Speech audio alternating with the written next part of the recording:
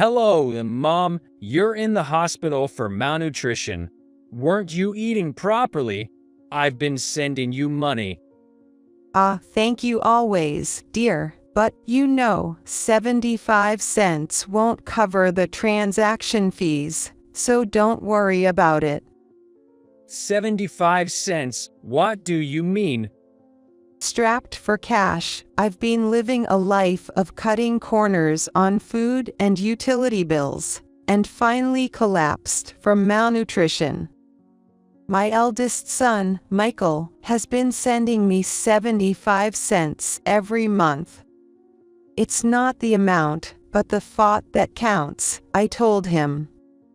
I've been sending you $1,350 every month, Mom. Gradually, Michael revealed a series of shocking truths. My name is Catherine, and I'm 80 years old this year. I lost my husband 5 years ago, and now live alone, in an old apartment.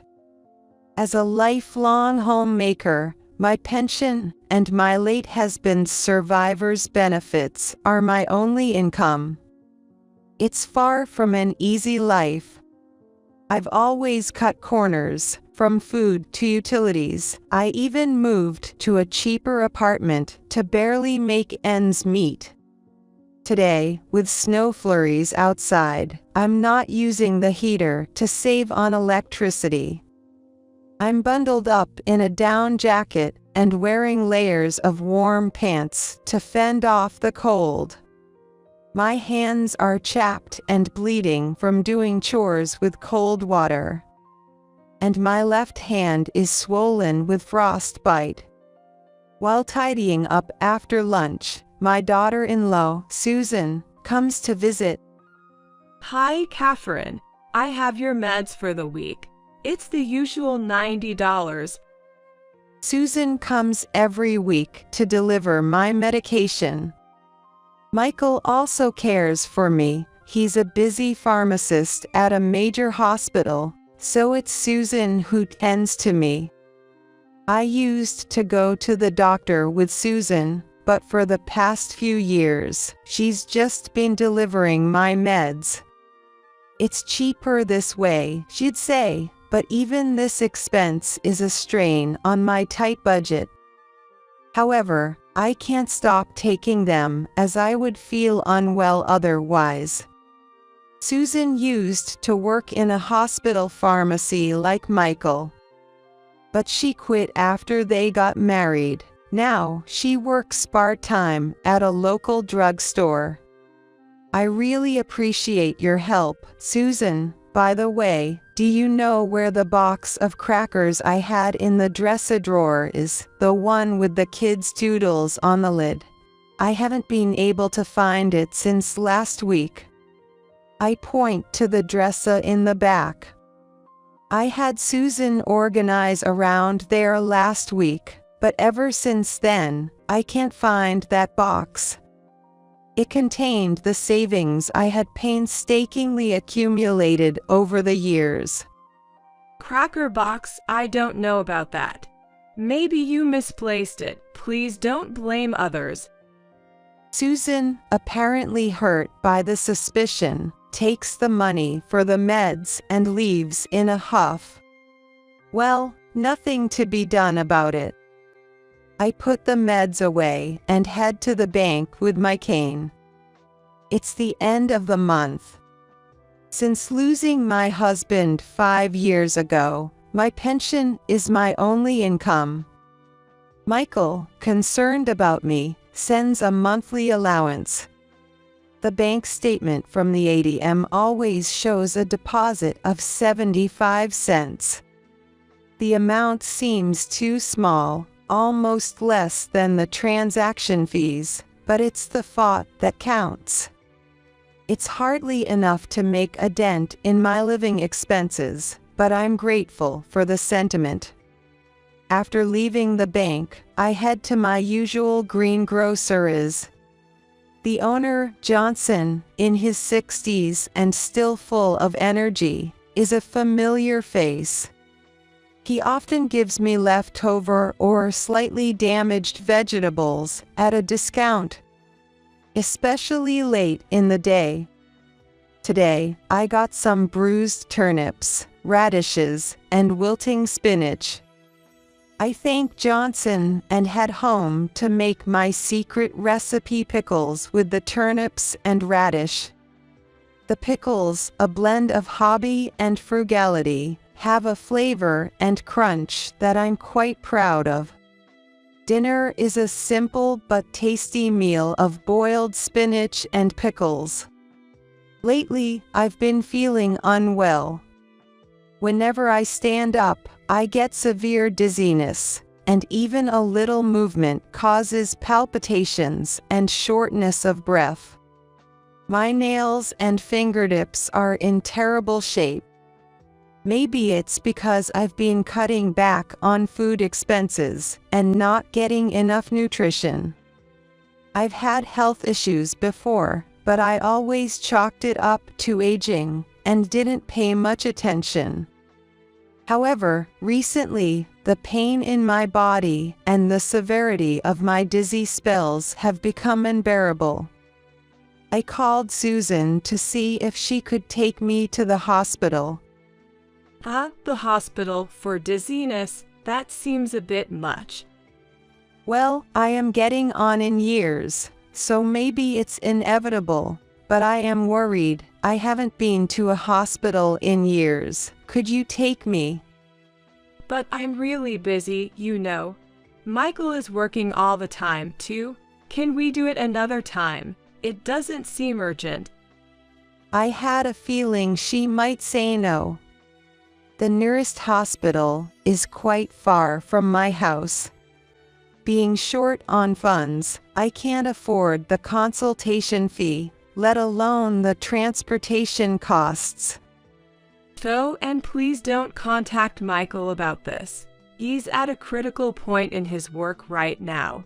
If there's anything, contact me. With that, Susan hung up abruptly. I sighed and took my medication with cold water. One day, while chatting with Johnson, the owner of my regular greengrocer's, I was suddenly hit by a severe dizzy spell. Unable to support myself with my cane, I crouched down on the spot. Johnson rushed over feeling worried and asked me if I was okay. The dizziness wouldn't subside, even when I sit down. It's just a little dizzy spell. I'm fine. As I tried to stand up, the world spun, and I passed out. When I woke up, I found myself in a hospital bed, with Johnson sitting beside me. While receiving an 4 drip, I learned about the situation from Johnson. He had called an ambulance after I collapsed at the greengrocer's. It seems I slept through the night, as it was already bright outside. The doctor explained that I was suffering from severe malnutrition and anemia. Unbeknownst to me, my bones had become extremely brittle. I wanted to go home early because of the medical expenses, but I was told to stay in the hospital for a week. Catherine, I always told you to eat properly. You scared me, collapsing out of the blue like that. Johnson had always been concerned about my health. I'm sorry for worrying you, but I just don't have the money. Isn't your eldest son a doctor or something? He works at a hospital, so he must have a good salary. Can't he send you some money? He's a pharmacist. He's been sending me money, but... I smiled awkwardly and stayed silent. Michael does send me money every month, but it's such a small amount that it doesn't help much. And the weekly payments for the medication from Susan have significantly depleted my pension. Johnson suggested asking for more money, but I felt uncomfortable asking for more, even from family. But now, with the hospitalization, I was worried about the medical bills. I live paycheck to paycheck. There's no way I can afford expensive medical treatment. And I was also concerned about my pickles. They need to be stirred every 3 days, or they'll spoil. After thanking Johnson and seeing him off, I looked for my cell phone to contact Susan. It was out of charge. I don't remember Susan's number, but I have memorized Michael's because it's similar to my home number. Despite Susan's instructions not to contact him, this seemed like an emergency. I borrowed a phone from the hospital and called Michael. Hello. Ah, good. I finally got through to you. It's been a while. Michael, it's your mother. Sorry to bother you during work. I had occasionally called Michael despite Susan's instructions. I just wanted to hear his voice, but for some reason, I never managed to get through. Perhaps he was too busy with work. Anyway, I was relieved that the call went through at such a critical time. Mom, I was wondering who was calling. It's been a while since you've called. Where are you calling from? I hesitated to worry about Michael, but I confessed I was in the hospital. Surprised, Michael listened as I briefly explained how I had collapsed and ended up hospitalized. Malnutrition. But, Mom, haven't you been eating properly? I've been sending money for that reason. Yes, thank you always. I truly appreciate it. But, 75 cents, it's less than the transaction fees, so don't worry too much about it. 75 cents? Transaction fees? What do you mean? Confused, Michael listened as I thanked him for the 75 cents he sends each month and expressed how it's the thought that counts, not the amount. He listened silently. I thought I was sending you more than that. Michael finally managed to say that after a pause. Wait a minute, but you said malnutrition, right? Weren't you going for monthly checkups? You should be getting medication, right? Hasn't the doctor said anything? I do get medication. Susan brings it to my house every week, but I haven't been to the hospital in years. Recently, I've been having severe dizziness and palpitations, and I wanted to go, but Susan said she was too busy, and we should do it another time. Medication. Every week. Michael, are you there? Michael was muttering something to himself on the phone. I wondered if something was bothering him. Anyway, I know you're busy, but when you have time, could you bring me some clothes and my insurance card? And could you mix the pickles every 3 days? Okay, I got it. I have the keys to the house, so I'll leave work early and head there. Don't worry about the hospital bills. I'll be there by this evening. While I was puzzled by Michael's unusual tone, I was grateful that he could come so soon. Thank you. Remember, wash your hands thoroughly before mixing the pickles. Mom, I'm here. How are you feeling? Are you okay? After our phone call, Michael arrived by mid-afternoon. Having left work early, while organizing the clothes and personal items he brought from home, he asked me in detail about recent events. The house, my health, the medication, Susan. It felt like a continuation of this morning's conversation. He also brought my bank book, and we went through it together. He noticed the repeated entries of deposit 75 cents from 5 years ago. Michael stared at it with a fierce look.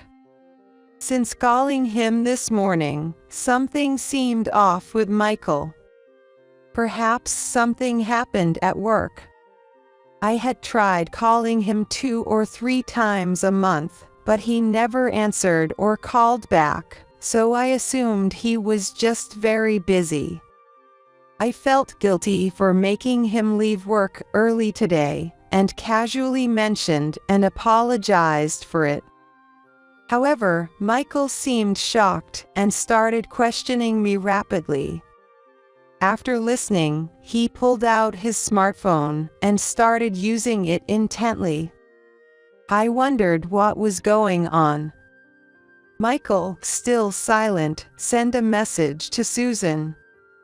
He then grabbed his backpack and left the room, saying he needed to step out for a bit. Left alone, I felt a sense of foreboding but kept lying down on my hospital bed. In the evening, Michael returned to the room, asking about my condition. I felt much better after having received N4 and a good rest in a warm bed. While we were chatting and eating some fruit, Susan walked into the room. Hi, Catherine. How are you feeling, Michael? You took off work, I see.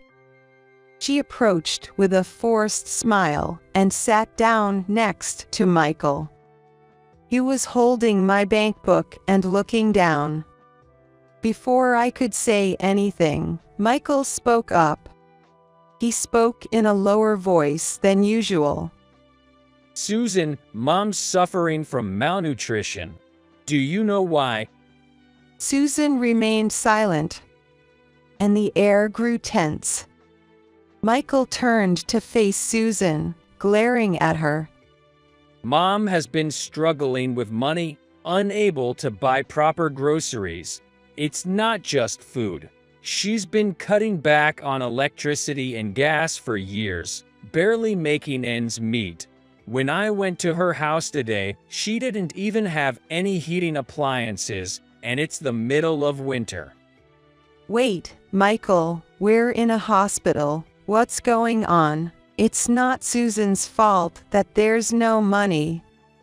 I tried to hide my frost-bitten, swollen left hand and calm Michael. But Michael continued, his voice filled with anger. The money I asked you to give Mom every month was $1,350, right? But all that was actually deposited was a mere 75 cents. For the past 5 years. Susan, what's the meaning of this? With that, Michael thrust my bank book at Susan. On every page, there were 75 cents. I couldn't believe my ears. I never received $1,350. It was always 75 cents. Susan, confronted by the furious Michael, averted her eyes from the bank book and fell silent. That's not all. I was giving you $180 every week for Mom's doctor visits and medication, right? You said you were using the leftover money to buy her necessities and groceries, but all I found in her room were wilted vegetables. The fridge was empty. Quiet. I gave her the medication, didn't I? What kind of medication? Without a doctor's prescription? Did you just concoct something yourself? The only thing in Mom's house was ordinary vitamin pills.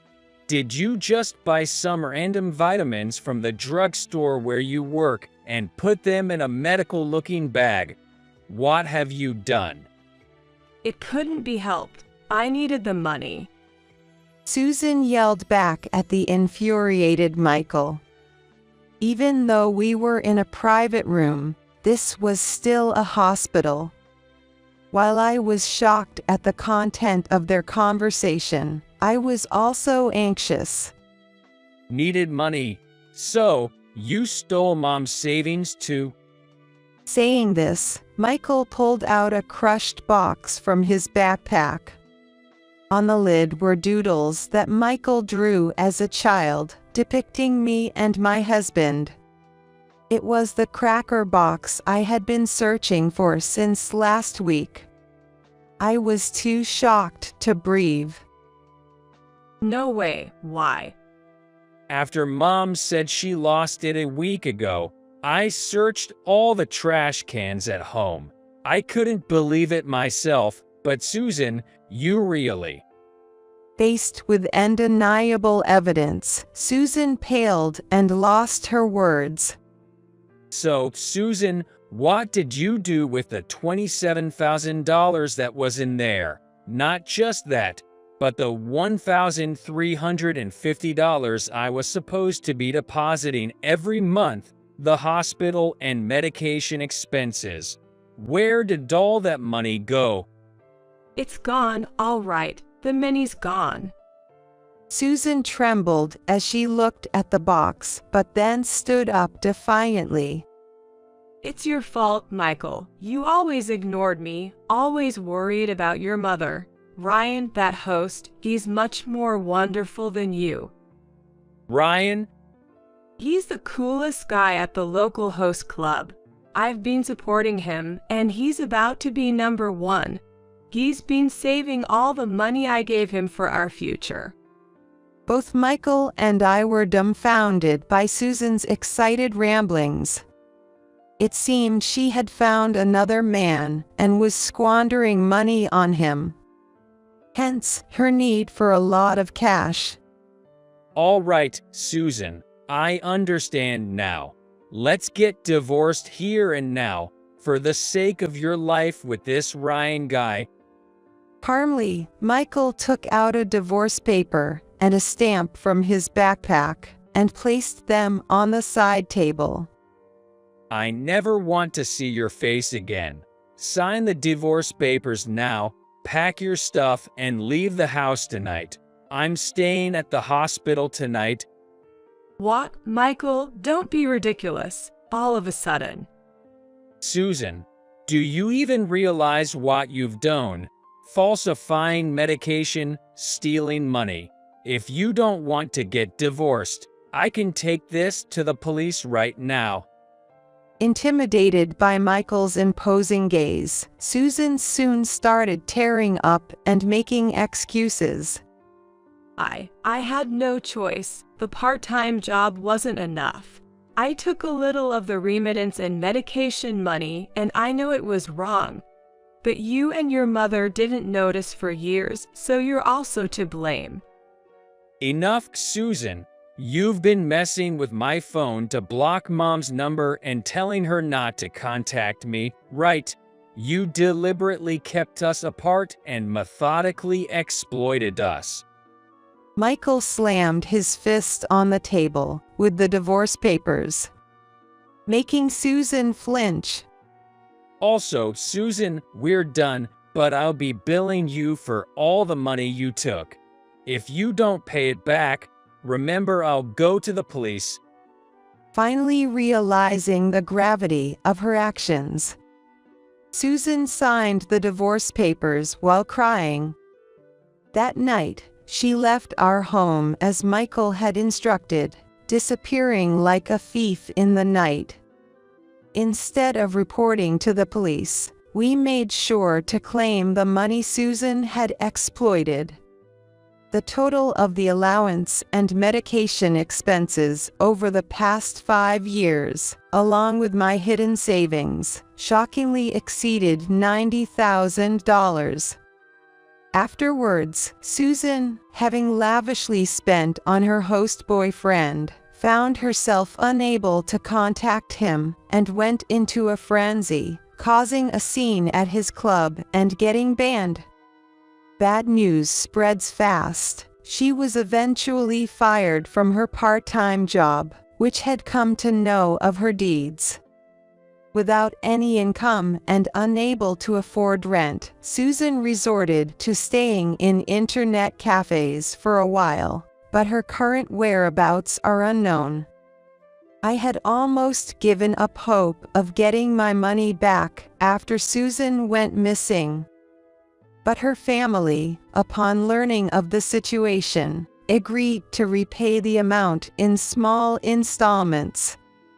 While it might be difficult to recover the full amount, their willingness to make amends was heartening. After my discharge, I decided to live with Michael. We now reside peacefully in the house Susan left, free from the financial strain she had imposed on us. I'm healthier now, enjoying warm meals and a comfortable home. Johnson, the greengrocer who had always been concerned about me, was finally relieved. I continue to make my beloved pickles.